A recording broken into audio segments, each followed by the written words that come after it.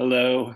Uh, this is your first video lecture for SOC 272, Social Inequalities. We'll be looking at wealth, poverty, and privilege this semester. So I'm going to go to the first PowerPoint through screen share and take a look at this video lecture. Will be largely about the kinds of things that we're going to be doing this semester and beginning to pose this question of social inequality, especially in this video lecture from a statistical standpoint. As it says here, the world is basically becoming increasingly unequal, and the United States, in particular, American society, is becoming increasingly unequal. And as those trends worsen, social inequality has become a really important topic in sociology. And so that's why it's such a core part of our major and our curriculum here at San Francisco State. The main focus of this course is going to be on social inequalities in the U.S. Because we do, make these distinctions in our curriculum between, studies of American society and sort of global studies of the world. But the fact of the matter is that we live in an increasingly interconnected world system that makes it difficult, if not impossible, to separate individual nation states, even nation states that are as dominant as the United States is. So periodically we have to sort of step back and think about how what's going on here in America is part of a larger sort of piece and trend of what's going on throughout the world, in which certainly the United States has a huge outsized influence on the course of events in the rest of the world, but also the things that happen in the rest of the world, of course, also determine and shape what happens here.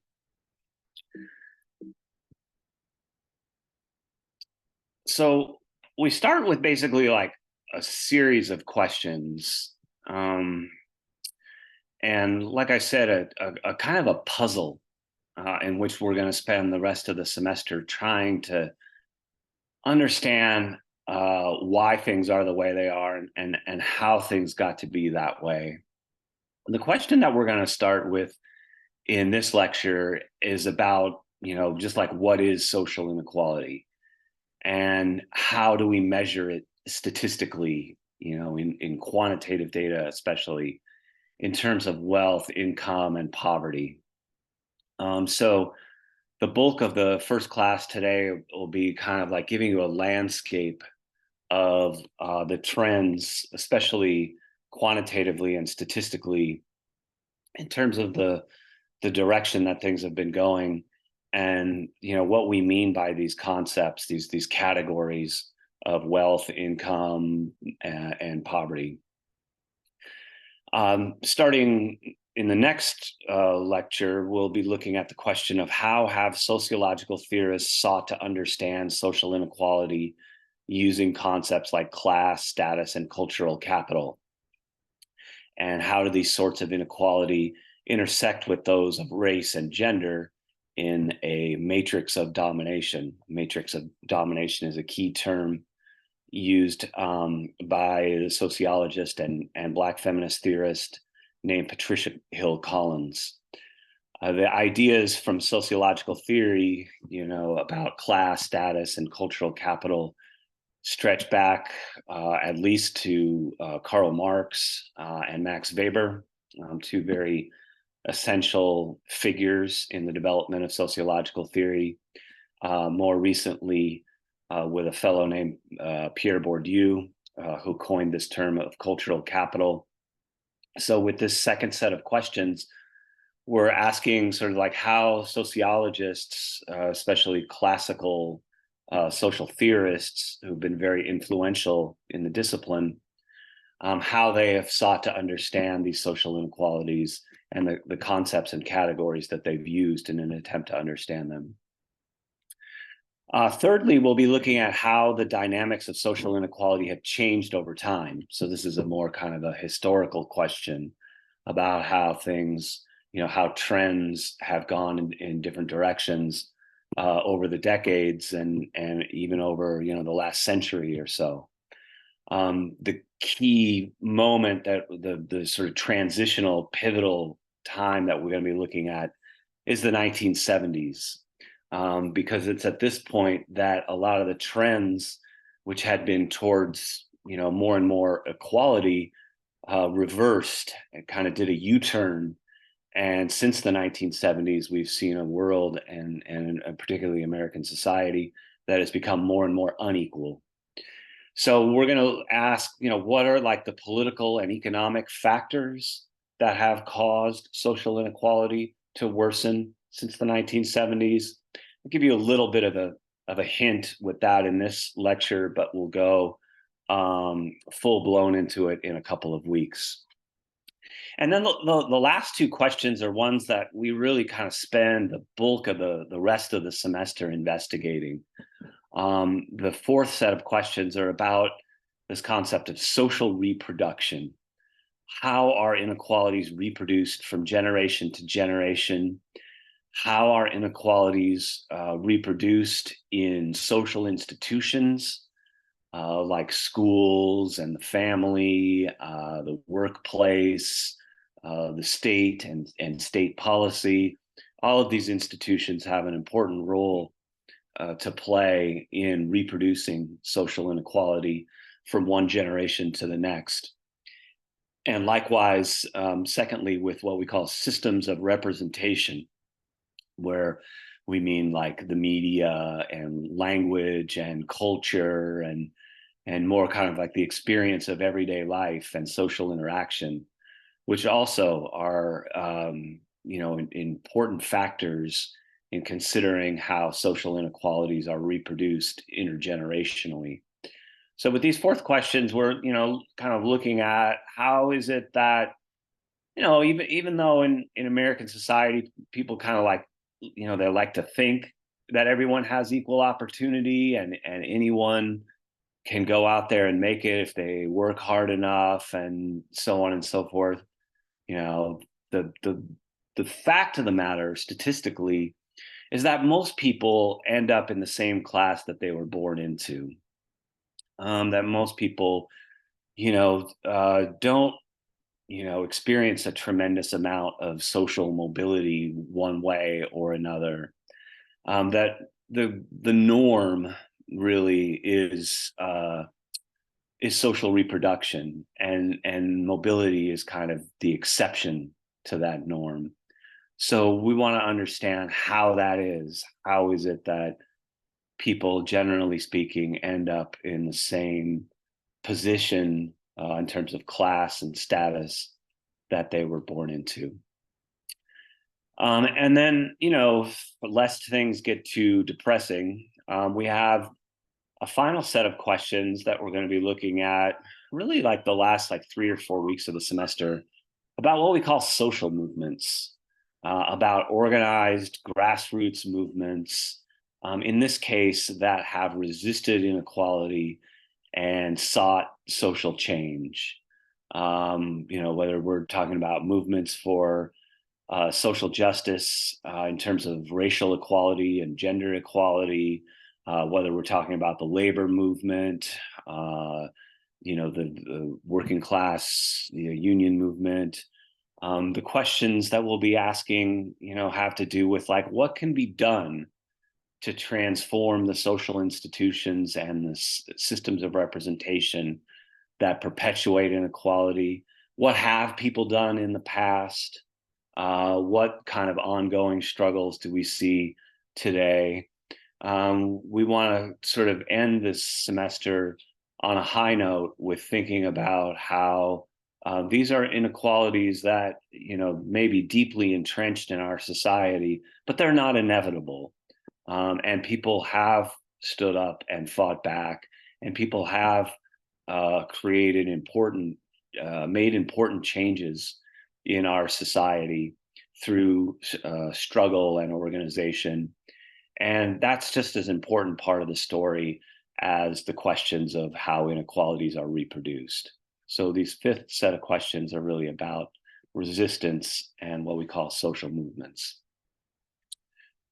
The two texts that you'll have for the class are very important. You can't really do the assignments or complete the quizzes or complete the class in general without these two books. The Social Construction of Difference and Inequality, you have to make sure that you get the 8th edition of this book. The previous editions have different readings in them, and so they won't work with the class. You can, I put a link in the Canvas site to a place where you can rent the text for a little bit cheaper. So that's going to be a kind of a real cornerstone of the class, this text, The Social Construction of Difference and Inequality. And then the companion text, which is smaller and cheaper, and there's also a free copy available through the library, is called The Age of Inequality: Corporate America's War on Working People. This second book is basically a collection of journalistic articles going back to the 1970s. As I mentioned in the previous slide, the 1970s is a real transitional, pivotal moment where we see factors of inequality beginning to rise again after decades in which they had declined.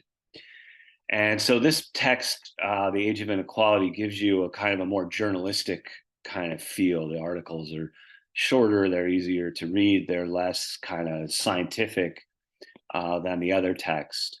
The Social Construction of Difference and Inequality is largely a collection of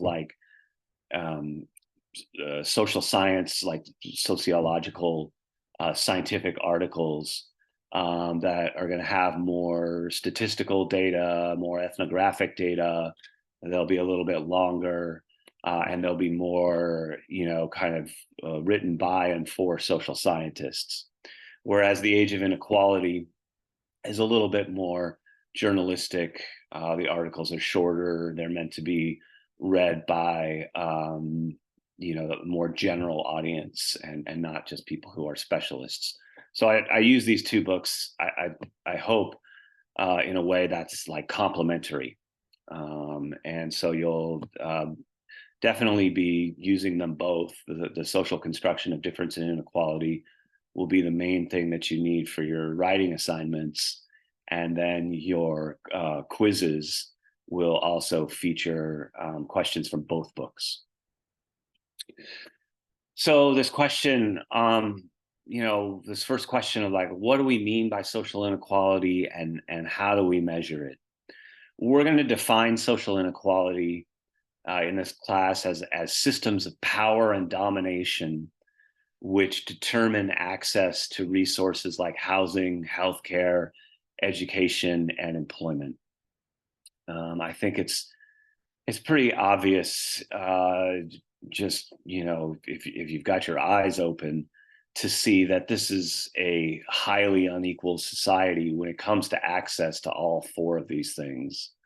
When it comes to access to housing, healthcare, education, and employment, I think there's a general consensus that this country is pretty rampantly unequal, and has gotten increasingly so, as increasingly unequal when it comes to access to these kinds of resources and when it comes to systems of power and domination. We're going to talk about two, in the sort of statistical graphs that follow, we're going to talk about two measures of social inequality in terms of income and wealth. And sometimes these are terms that are used interchangeably or that people talk about in the same breath. But as sociologists, as social scientists, it's important to make a distinction between the two of them. And we'll see in a minute statistically why this is. When we talk about income, we're basically talking about, the amount of money, like as a worker, that you earn each week or each month or each year. It's the amount of money that is brought in through your salary, through your wages, any kind of transfer payments or investments.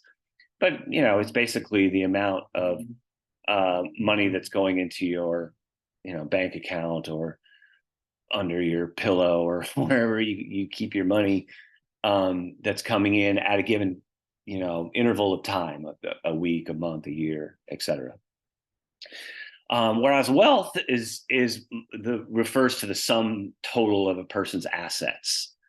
So this might include your car, your stocks and your bonds, your house, your art, anything that people own that is valuable.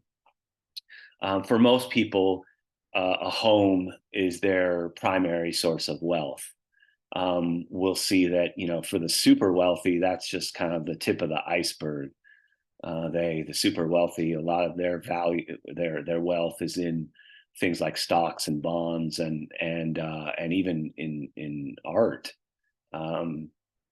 But for most of us, the vast majority of us, it's like we have our income, we have our home, maybe, and like a car, and that's like the main source of our income and wealth.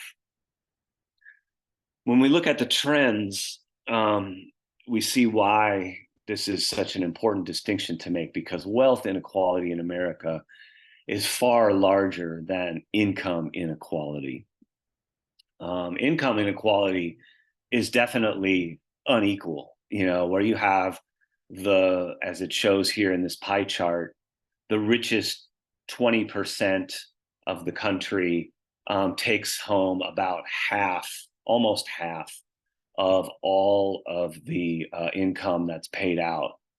And so they're getting, much more than their fair share, right? If this was a totally equal society, all of these 5 groups would be taking 20% of the national income. But obviously this is not the case. The richest 20% are taking home almost half. But then when we look at the distribution of wealth, we see that it's even much greater, that the richest 20% own like more than 3/4. They own 83% of all the wealth in the society. And we see that, when it comes to wealth, like the poorest 60% own almost nothing. So like the majority of the population, the third quintile, the fourth quintile, and the poorest quintile own between them 5% of the US wealth. And so, this is something that we will see as a trend in which the distribution of wealth is much more unequal. The distribution of income is also highly unequal, but wealth much more so. And in a minute, we'll talk about the sort of consequences for that in terms of like passing wealth on to your family, and the various ways in which wealth inequality becomes a real problem in this society. Now, the trend has generally been that the very richest of the rich have been getting increasingly rich. The richest are getting richer. And if we look at like the 1%, you may remember like during Occupy Wall Street about 10 years ago, people had the slogan, we are the 99%. And they, invented that because they wanted to sort of direct attention to the enormous power and wealth that the 1% has relative to the rest of us. And we see like that what's happened, largely since like at least the 1980s, is that the top 1% is gobbling up more and more, a larger slice of the pie, while everybody else, certainly the bottom 90%, has been in a decline in terms of the share of wealth that is owned. And even like the people in the next 9%, like who are, certainly wealthy enough to be in the top percent, but just not in the top 1%, those folks have also seen their wealth, after decades in which it did increase. We've seen more recently, since about 2010, that their wealth has begun to decline. So overall, this means that among the wealthiest 10%, the richest 1% have made the largest gains. The top 1% now owns 15 times more wealth than the bottom 50% combined. And in the 1970s, the wealthiest 1% owned about 20% of the nation's household wealth. Now they own like 35%. So the richest have gotten richer, but we will see when we look at these things in historical perspective that this has not always necessarily been the case, that there was a time actually where the 1% had, a sort of a declining, was taking a declining amount of wealth. But then that trend really reversed in the 1970s and 1980s. When we look at like what are the sources of wealth, like with the super wealthy, like what is their source of their home, the source of their wealth, as opposed to the rest of the population. For most Americans, the home is the most valuable source of wealth. And second to that is maybe their retirement accounts. And you can look at these top, these sort of like quintiles of the population, so that the one on the left that is on the left side shows you that basically like that the poorest 25%, generally the only thing they have is their net non-financial wealth. So usually that's like money that's in your bank account. When we go into the next quintile, the 25 to 50 group, then the green part of the bar becomes more important. So their home equity. So the green part of the bar, as the home equity we see, becomes like their largest source of their wealth. And then the blue part, their retirement account, comes in at a kind of a close second, along with other non-financial wealth. And then as we go more and more towards the wealthy, and we go towards the top 1%, we'll see that really like the main forms of wealth that these people have are not just their home or their retirement accounts, but their business equity, their financial wealth in terms of stocks and bonds.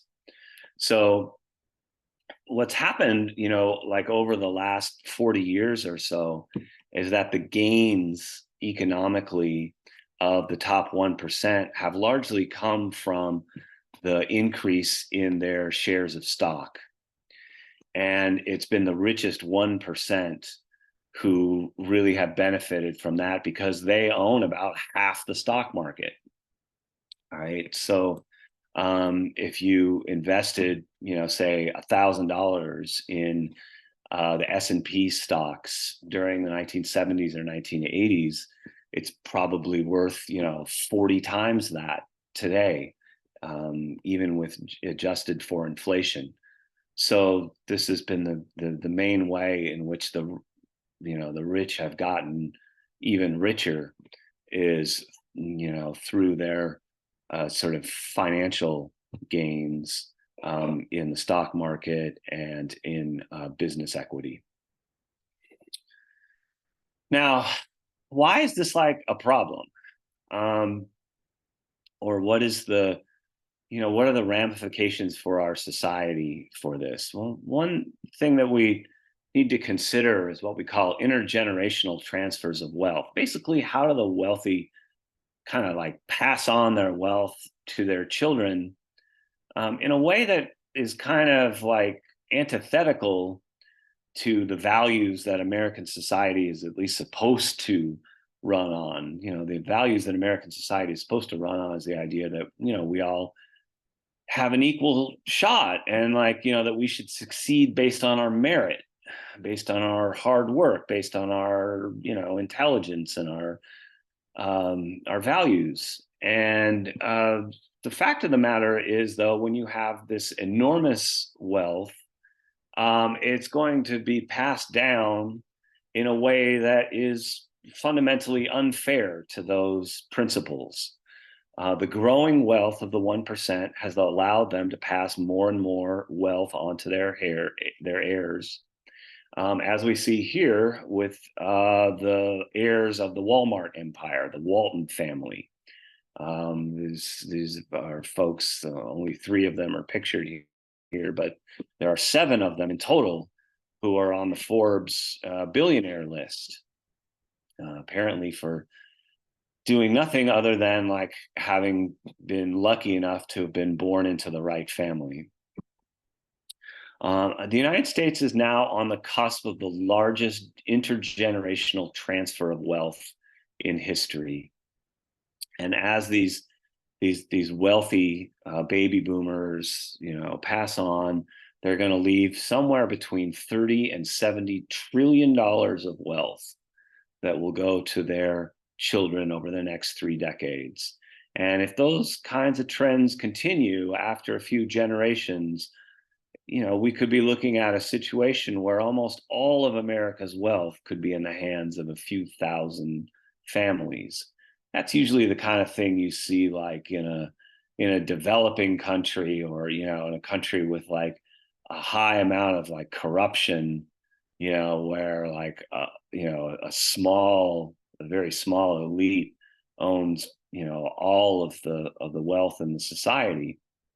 But of course, like the principles and the values of the United States and American society, at least we're supposed to be the idea that we don't have an aristocracy, that we don't have this kind of hereditary wealth that's passed on from one generation to the next. You're supposed to earn it. You're supposed to work hard for it. And yet the fact of the matter is that we have a situation that is increasingly antithetical to those principles. And I think it's a big reason why so many people, whether they're on the left or the right side of the political spectrum, so many people are frustrated by this sense that, the idea of equal opportunity in America has just become a joke. When you have like these kinds of, children of billionaires inheriting ungodly sums of wealth, and the rest of us basically struggling to get by, it really kind of puts the lie into the whole idea of like the American dream and equal opportunity. It's also a threat to democracy. It's also a threat to the sort of the core values of American democracy. When we have this kind of dynastic wealth, this kind of like this dynasty of these families that concentrates power into the hands of fewer and fewer people, it means that it gives them enormous power to choose what nonprofits and what charities to support, and also, very importantly, which politicians to give their money to bankroll. We see more and more like, it costs so much money to run for office. And so these politicians are increasingly having to look towards these super wealthy mega donors. And then in turn, they get into office and are basically doing the bidding of these super wealthy billionaires. These billionaires may be small in number, but their wealth gives them a huge disproportionate power over the whole political process and over our whole social fabric in terms of like nonprofits and charities and all the things that we as a society depend upon are increasingly geared towards the interests of a very small elite. And that small elite also has this power, this enough political power to reduce their taxes, to create policies that enrich them even further, to create policies that deregulate their financial dealings or their exploitation of workers and the environment. So you look at people like Jeff Bezos, which is he's no longer the richest man in the world. He's been unseated by Elon Musk, but he's still among the richest billionaires in the world. It wasn't very long ago that he paid absolutely no income taxes. And in fact, by 2018, there was this story in the Washington Post where billionaires, for the first time in history, as you see in this graph, the 400 wealthiest families were actually paying a lower tax rate than the average American, than the bottom 50%, or at least the not the average American, but like the poorest 50%, right? So the majority of the population. And so this is kind of a real travesty when you have so many underfunded schools and hospitals and social programs and urban infrastructure and all the things that are in visible decay and decline in this society. And we have this elite people with this ungodly amounts of money, and yet they're paying less taxes than they ever have in our history. Why have these wealth taxes eroded? It's pretty simple explanation. Because as America's wealth has concentrated in fewer and fewer hands, the wealthy have more capacity to donate to political campaigns. They have more money to throw at public relations and all this sorts of things. And they've used that political power to reduce their taxes. The most recent instance of this was in Donald Trump's first year in office. They made the Trump administration made a big priority of cutting the top tax rate even further, cutting taxes for the wealthiest of the wealthy. This was actually one of the few things that the Trump administration was able to accomplish was cutting taxes even more for the super rich. But this didn't start with Trump. This goes back to Ronald Reagan in the 1980s, and George W. Bush also put through a huge tax cut for the wealthy during the early 2000s.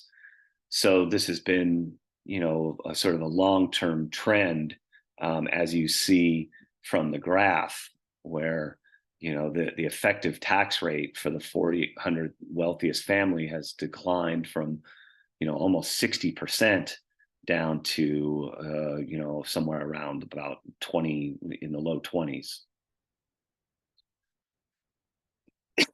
Now, the thing that we're going to be talking a lot about this semester, and I just want to kind of introduce it right now and move on. But just kind of keep this in the back of your hat to think about. It's how this wealth gap, with regard to class and wealth, how this intersects with race and gender.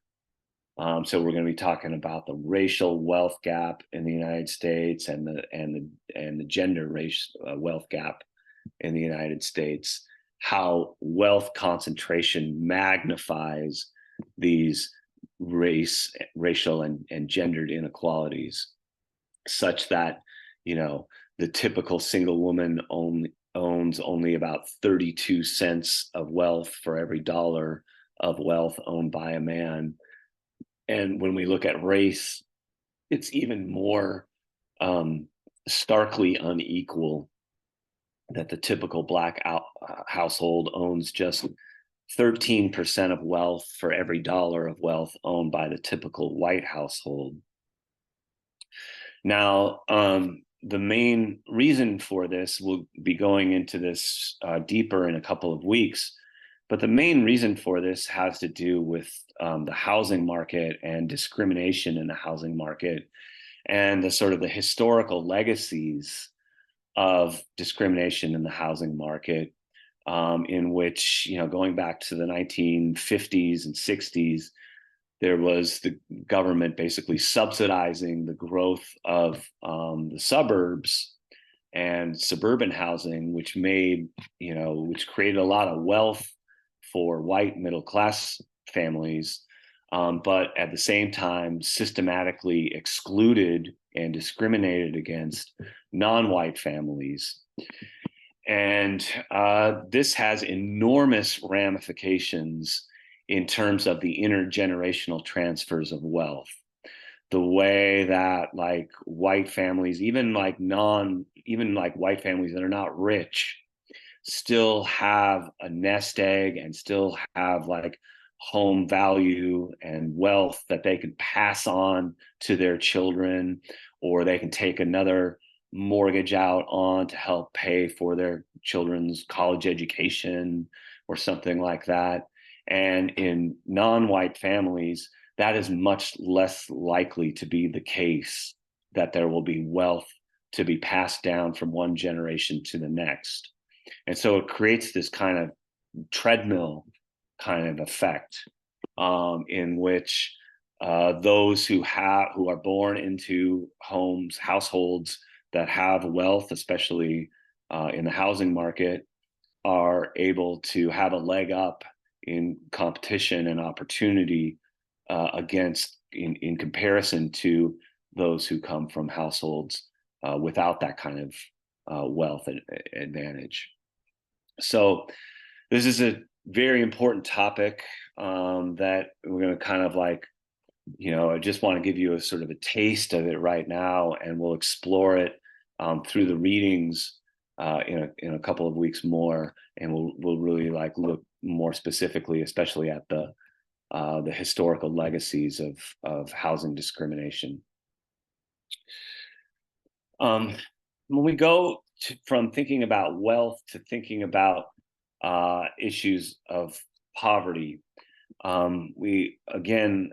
this is a term that is obviously used in very commonplace situations to talk about poverty and poor people.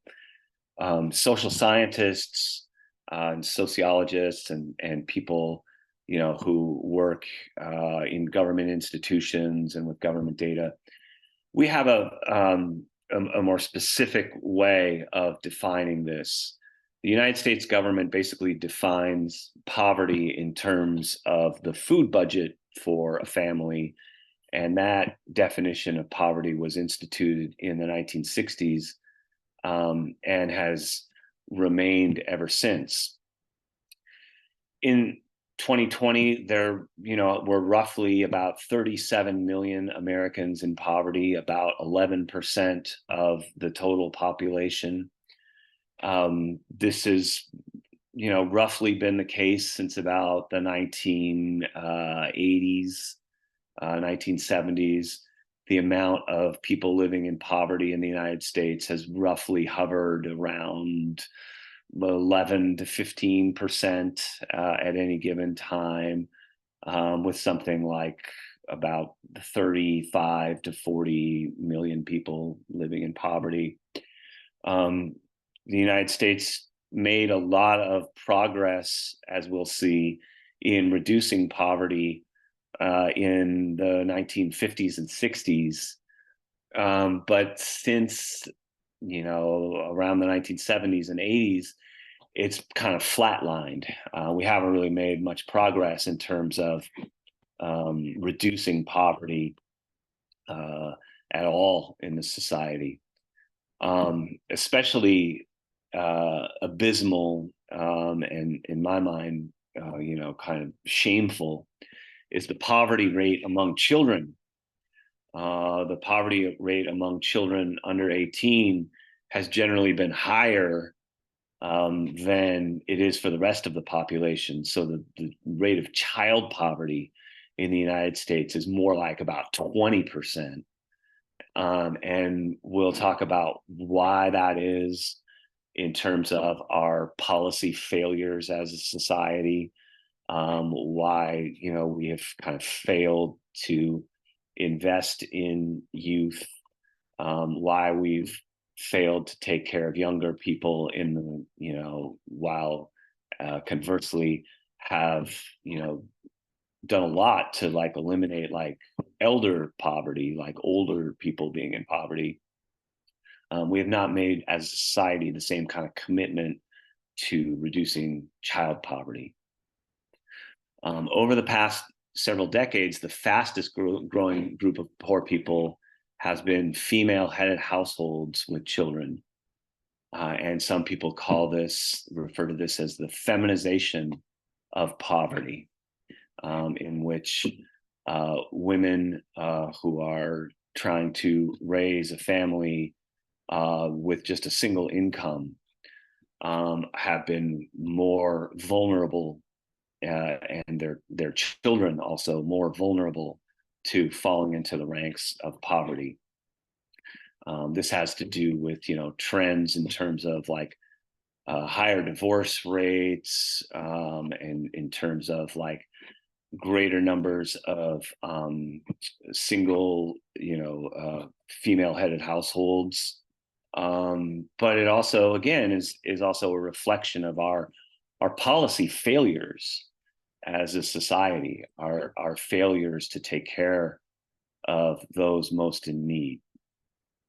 One last thing I want to direct your attention to in this slide is just the fact that the US government calculates poverty in terms of a food budget is itself kind of become increasingly controversial. And because many people argue that by doing it this way, by counting poverty in terms of a food budget, it really underrepresents and underestimates the extent of poverty in the United States, because the costs of other necessities like housing, healthcare, and childcare have just skyrocketed since the 1960s, much higher than the increases in the price of food, right? So I would venture to say that we have 37 million Americans who are officially categorized as poor, but we have tens of millions more who I think we would also say are effectively also falling under the poverty line, because they're not able to keep up with the rising costs of housing, medical care, or childcare, which have really, gone through the roof in the last few decades. So that's something to keep in mind too, how these numbers might kind of, if anything, underrepresent the extent of the problem. Now, it was not always this way. There was a time in American history where there was more of a commitment towards reducing poverty. This was during the 1960s, there were a series of programs and policies that were called the War on Poverty.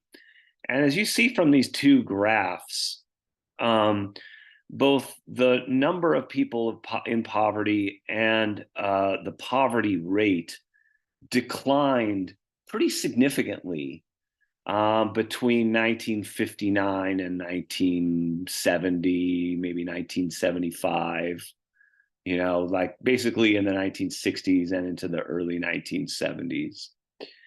Again, there was a commitment at the level of policy that, the United States was like the wealthiest country in the world, and there was no reason. It was totally unnecessary and slightly embarrassing that the United States had so many people living in poverty, despite its enormous amounts of wealth as a society. And so there was a real commitment to reducing that poverty. As you see in the rest of the graph, since approximately the mid 1970s, we've basically stopped making progress on this. That for decades, that number, it's gone up at some points, it's gone down at some points, but there hasn't been any kind of like long-term significant progress in reducing the number of people in poverty or reducing the percentage of people in poverty, the poverty rate. Since the 1970s, the poverty rate has roughly fluctuated between 11 and 15%. But it's important to keep in mind this war on poverty that happened in the 1960s. Those programs were by no means perfect or ideal. They could have certainly have been done better. I'm not trying to say that these were like, the be all and end all, and that we should, go out and try to replicate them. But they are significant in the sense that, like, they show that they really had a tangible impact. That they really worked. Maybe they didn't work as well as they could have, but they worked in terms of reducing poverty. And the lesson that I want us to take from this is that poverty is not inevitable. It is not inevitable as a society that we have so much poverty and homelessness and people living in desperation. There are things that can be done about it. We might not be able to eliminate things entirely. These programs may not be totally perfect, but it's not true that nothing can be done, because we have the past that we can look at as an example to show, like, no, in the past, things were done about this, and progress was made, even though those programs were by no means perfect. When we look at, in terms of like child poverty and levels of child poverty, I was mentioning earlier, right, that this light blue line here that shows, the child poverty rate has generally been around, a little less than 20%, sometimes over 20%, kind of hovering around that figure. So much higher than the adult population. So like basically 1 out of every 5 kids in America is born into poverty, which I think is, again, a very shameful statistic. You see with the other populations, so like the age 18 to 64, that's the normal adult population. That's the light green line. There, it's kind of, as I said, hovered around, 11 to 15%, somewhere around 12% a few years ago. But then notice what's happened in this red line with the ages, people aged 65 and older. So it was a case, back in like 1959, when like 35% of our elderly population was in poverty. And that is just, again, shameful and embarrassing to have so many elderly people in poverty. And so as a society, we did something about it. We had, Social Security and Medicare and other programs that were designed to eliminate or at least reduce the amount of elder poverty. And the fact of the matter is that it's worked. If you see this red line here, it has done nothing but basically decline since, this 1960s, 1970s, 1980s, to the point where elder poverty, the poverty of seniors, is even less than the rest of the population, because we've made a commitment in terms of policy, with things like Social Security and Medicare, that we just we don't want people who are elderly living in poverty. We haven't made the same kind of commitment to reducing child poverty. But the glimmer of hope to be taken from this is that, again, like, programs can help and things can be done. We don't have to accept poverty as something that's inevitable. When it comes to the elderly, we've made real progress. Now, for the most sort of extreme manifestation or most extreme symptom of poverty in our society today, which is homelessness, something that obviously here on the West Coast and especially in the San Francisco Bay Area that we're confronted with in a very visibly dramatic way, pretty much like every day. And this kind of shows you, the number of people experiencing homelessness per year, which overall is around 600,000 people a year who experience some form of homelessness. 400,000 individuals, about 171,000 people in families, 110,000 what they call chronically homeless individuals. So that's an interesting thing to keep in mind, that the vast majority of the individuals who experience homelessness are not what we would call chronically homeless. They fall into homelessness for a shorter period of time. Maybe they get on their feet, maybe they fall off, but they're not like chronically homeless. They're sort of more like kind of on the margins. And so sometimes they have housing and sometimes they don't. Something like 37,000 veterans, which is also, I think, deeply shameful. And 34,000 unaccompanied youth. I imagine that is, like runaways and stuff, like runaway youth. So these are the sort of the national trends by population. You see that, there's been, a sort of an increase in some groups. And then it also kind of breaks down those who are homeless and sheltered versus those who are homeless and unsheltered. So like, say, somebody living in a car versus somebody living in a street, or living under the freeway or something like that. In the San Francisco Bay Area, obviously this is like I said, very visible and very dramatic issue. On any given night, we have, somewhere on the average around 8,000 unhoused people in San Francisco, and somewhere between 35 and 37,000 unhoused people in the Bay Area at large. And California has earned the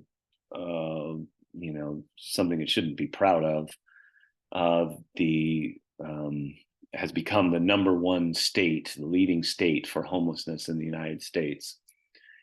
And again, there are a number of factors that go into homelessness and why people end up being unhoused.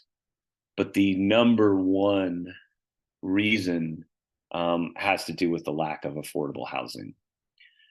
And whenever we see cities where the cost of housing has, skyrocketed and become, very hard to afford, as we all, I think, know the Bay Area is, but also San Diego, Los Angeles, Portland, Seattle, all of these cities are having the same issues because there just isn't the kind of like cheap housing that would be available to a low-paid wage worker. In San Francisco, as it says here, the minimum wage worker would have to work approximately almost 5 full-time jobs in order to, reasonably afford a 2-bedroom apartment, which is, when we say reasonably afford, we mean like, basically people should be spending like something like 30% of their income on rent. I mean, a lot of us, myself included, spend more than that. But the optimal level for people should be about 30% of your house of your income on rent. And in order for someone to be able to do that and live in a 2-bedroom apartment in San Francisco, you would have to work like 5 jobs, or 5 minimum wage jobs. So the fact that another way of saying this is just like the wages have just not kept pace with the cost of housing. The cost of housing has skyrocketed while wages have stagnated. So this gives you the relatively depressing picture of the landscape of inequality in American society today. The first film that you're going to be watching for the class is called Inequality For All. And it's a documentary by a fellow by the name of Robert Reich, who currently teaches a class like this one at UC Berkeley. I think the title of it is pretty much the same. It's like wealth, inequality, and poverty, just like this class.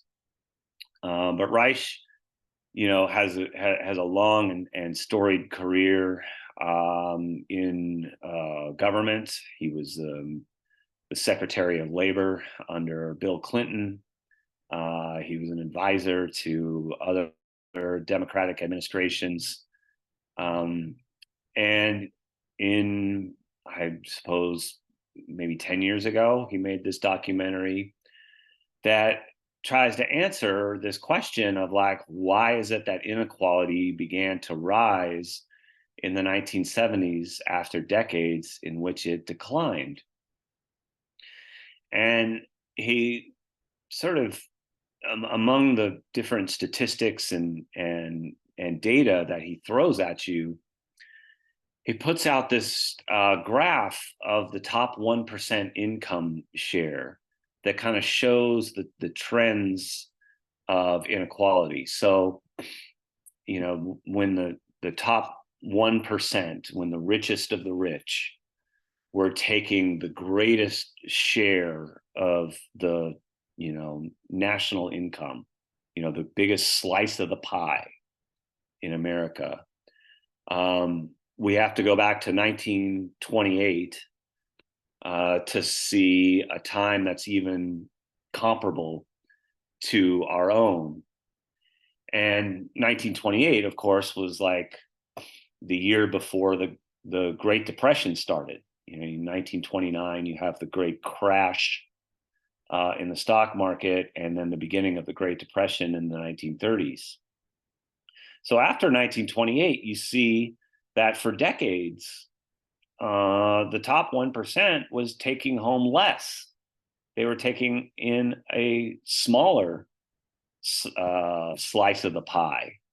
I mean, it goes back up, it goes back down at sometimes, but the overall trajectory from here in 1928 until, about up until like the 1970s was one in which the 1% was taking home, in the 1970s, they were taking like less than 10% of the total income share. So they're still taking like way more than their fair share, but they were taking a lot less than what they were in 1928, which was closer to like 25%.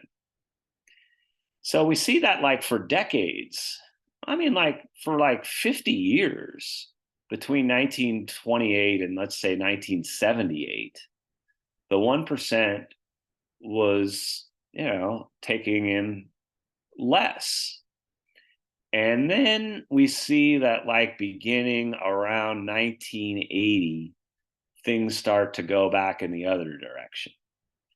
That the 1% starts gobbling up more and more, a larger and larger slice of the pie, until we get to around 2007. And what happens after 2007, of course, is another crash. Is another the financial crisis of 2007, 2008, 2009. In which in the housing market in particular, people lost their homes, and it was a huge financial meltdown. And so Reich is basically calling attention to the fact that like not only are these these trends in inequality, but the more unequal the society becomes, the worse it is, the more prone to crash and crisis it becomes. So Reich basically says like, inequality has been increasing since the late 70s and early 80s, but this was not always the case. In the decades after World War II, there was actually growing equality in the sense of a reduction in poverty, as we've already seen.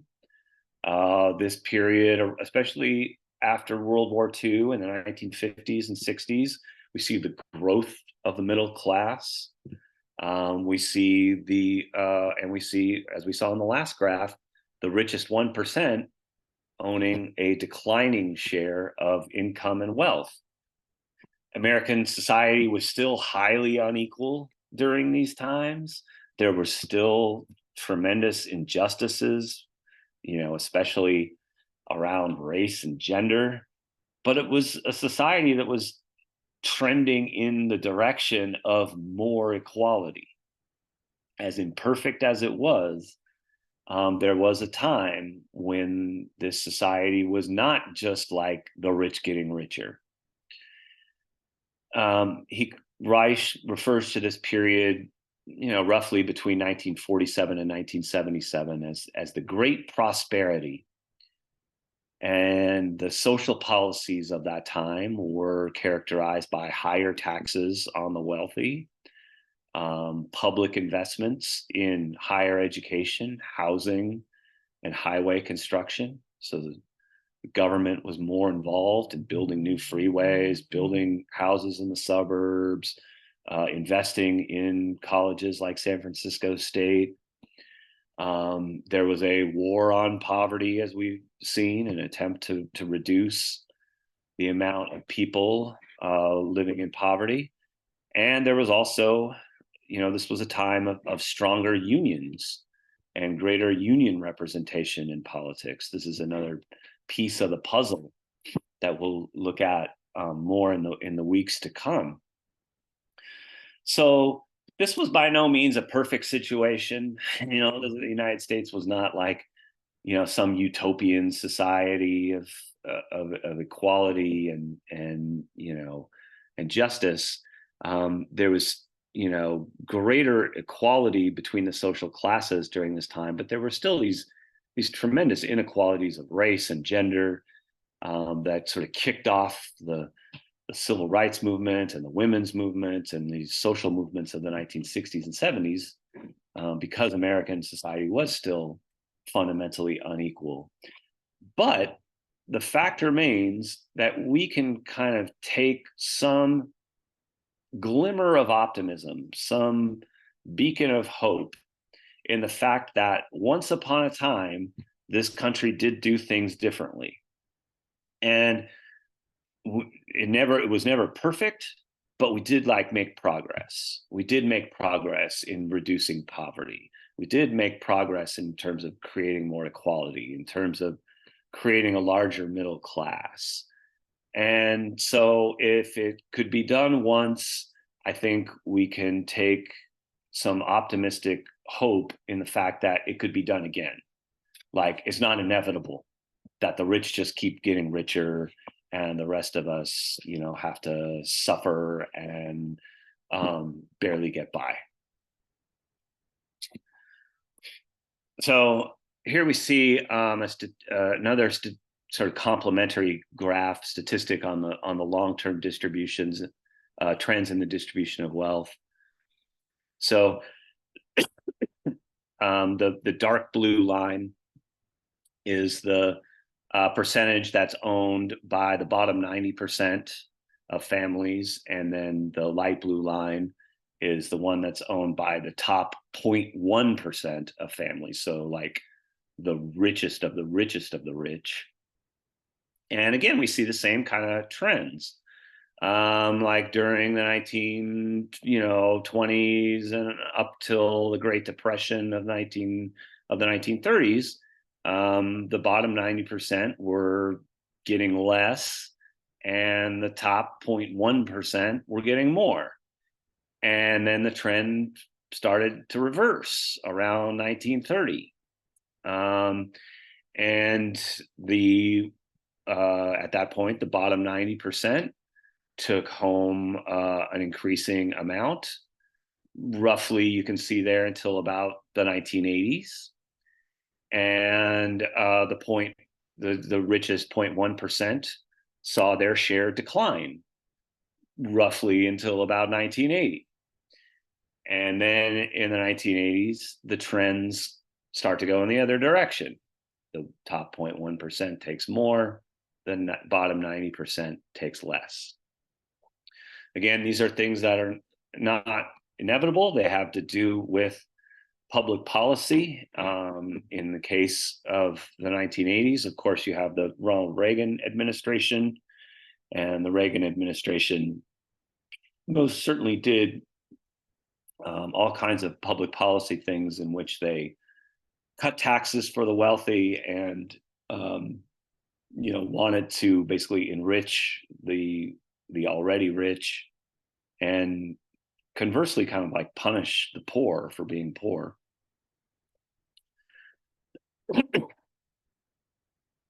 The income gains during the Great Prosperity.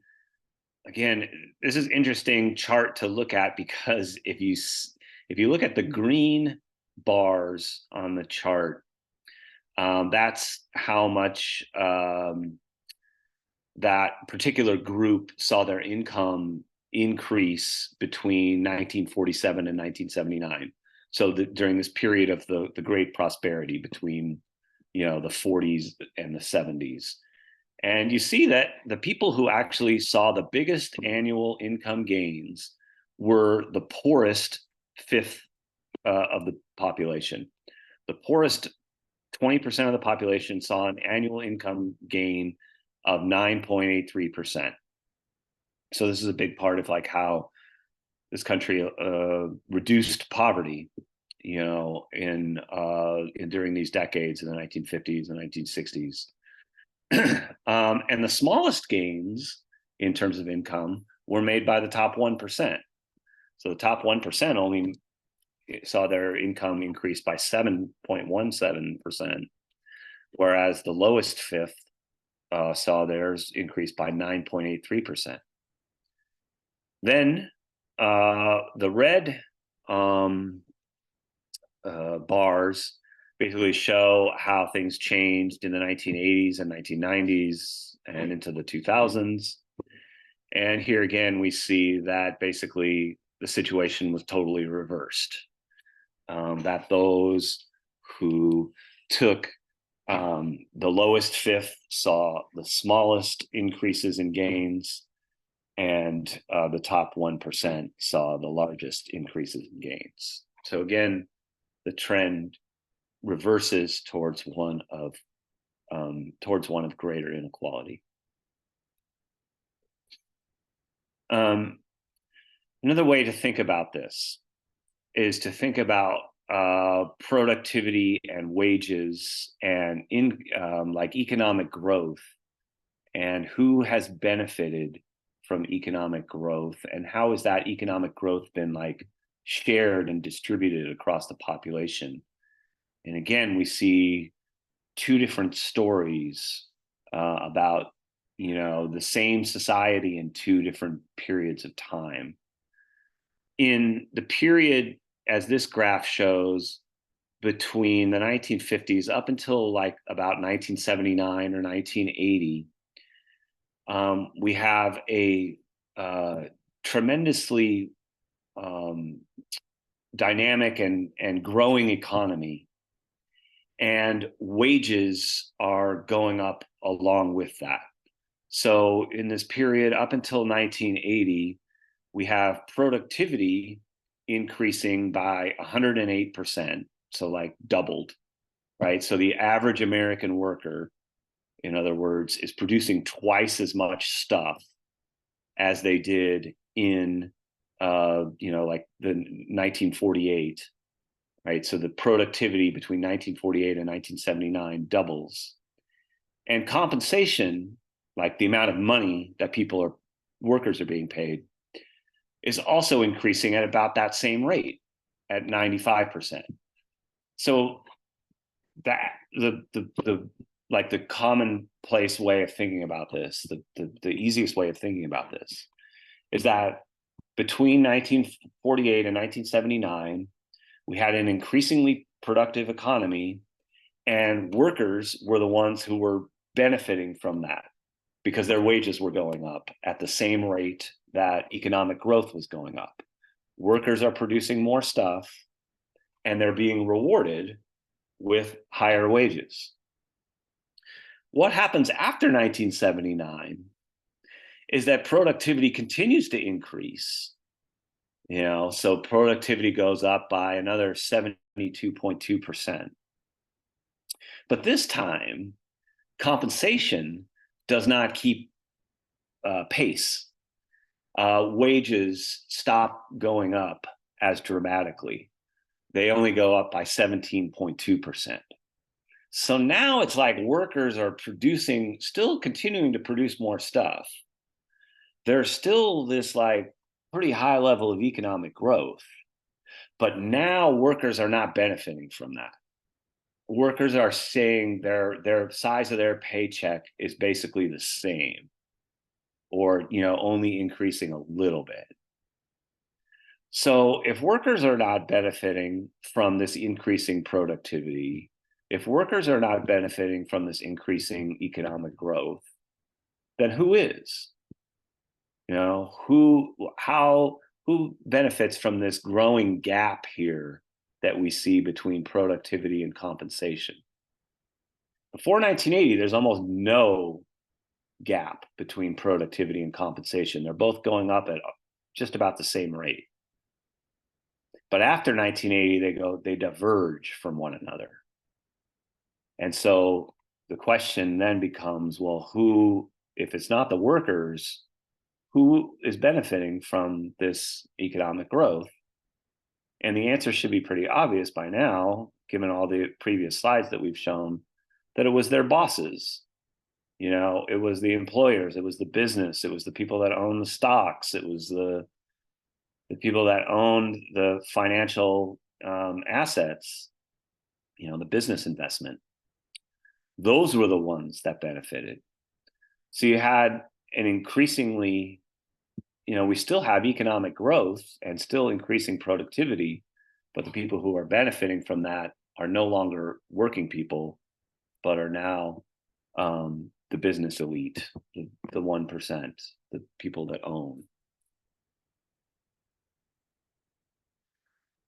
Lastly, I think that we would want to think about these things in terms of COVID, and how since the COVID-19 pandemic, and the shutdown in March of 2020. So, the last 3+ years, what's happened with these trends? And the fact of the matter is basically that these trends have just gotten more extreme. That these trends have it basically like accelerated, like basically like to just kind of put the foot on the gas pedal and made things even more extreme, so that billionaire wealth has skyrocketed. People like Elon Musk have made just hand over fist in terms of the amount of wealth that they've accumulated, mainly by squeezing workers and consumers. Folks who are higher income individuals were hit less hard by the pandemic because they were more likely able to work from home, whereas lower wage workers have seen higher pandemic job losses and have been more exposed to COVID because they're not able to work from home in the same way that, or they were less likely to work from home in the same way that like higher income individuals were. Non-union workers have been more likely to lose their jobs compared to workers represented by a union. COVID-19 death and hospitalization rates have been higher among people of color. And Black and Latinx people have been less likely to telework and face higher unemployment rates. So again, like, even though this is like a global pandemic that in one sense, like has hit us all, has certainly affected us all, it has not affected us all equally. The trends in social inequality that we saw in the decades before 2020 have now been exacerbated and have been worsened by this situation. Here you get a sense of just how much the richest of the rich saw their wealth increase in just the first year and a half of COVID. Between March 2020 and October 2021, the richest billionaires increased their wealth by something like $732 billion, which is an increase of 86%, almost doubled their wealth. The richest, and that's just 15 people that we're looking at there. So, we look at Elon Musk as the most extraordinary example. We see that his wealth increased by an astronomically large 751%, 7 times as much. His wealth went from $24.6 billion in March of 2020 to over $200 billion in October 2021. He beat, it's more than 7 times as much in just 19 months. And again, I think with him taking over Twitter and all this kind of thing, we see again like how much this concentration of wealth is really a threat to our democracy. When you have one of the most popular means of information and communication around the world in the hands of the richest single individual in the world, that really causes some problems and some questions with regard to what we mean by democracy. again, as I mentioned, the with telework and income, again, the trends have been such that the people with the higher income have been more likely to work from home, and therefore more able to sort of inundate themselves from the worst hazards of the COVID pandemic. So generally what this shows is like literally like the higher your income, the more likely you were to switch towards telework.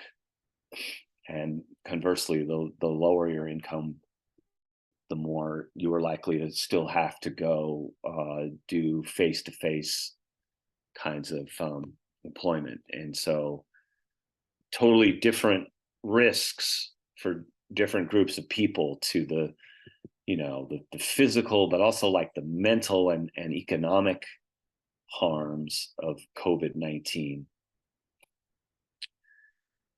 And then job losses, so while US billionaires are seeing their fortunes expand, the pandemic recession has hit low income workers the hardest.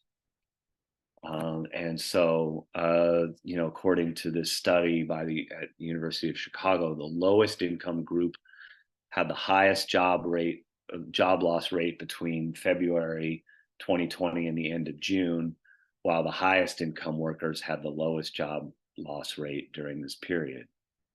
So there's a lot of people, in services and fast food and, in like face-to-face kinds of work who were basically the first fired. And especially if they were not represented by a union, they had no means of being able to protect their jobs. The gaps narrowed somewhat by the end of June, but still the lowest income group had 81% of the jobs they had on February 1, while the highest income group had 96% of the jobs they had pre-pandemic. So again, like the pandemic has really kind of, again, like it's an equal opportunity, catastrophe in one sense, in the sense that like, we're all humans and none of us can avoid this. But it's also exacerbated these previously existing social inequalities so that those who were most vulnerable and marginal before the pandemic began have actually been the ones who have been hit the hardest. So that kind of gives us the landscape of what the problem is and the puzzle of the problem. The next two classes, we're going to turn our direction towards the question of why. So for the next lecture, we'll look at like how sociological theorists have tried to use concepts and categories to explain social inequality in terms of class and status and how they relate to race and gender in this matrix of domination. And then the week after that, we'll be looking at the economic and political factors since the 1970s that have caused this, what we've talked about in this lecture as this U-turn away from a society that was becoming more equal to a society that's becoming more unequal. For now, I will say goodbye and stop the share, and we'll see you next week. Okay, bye.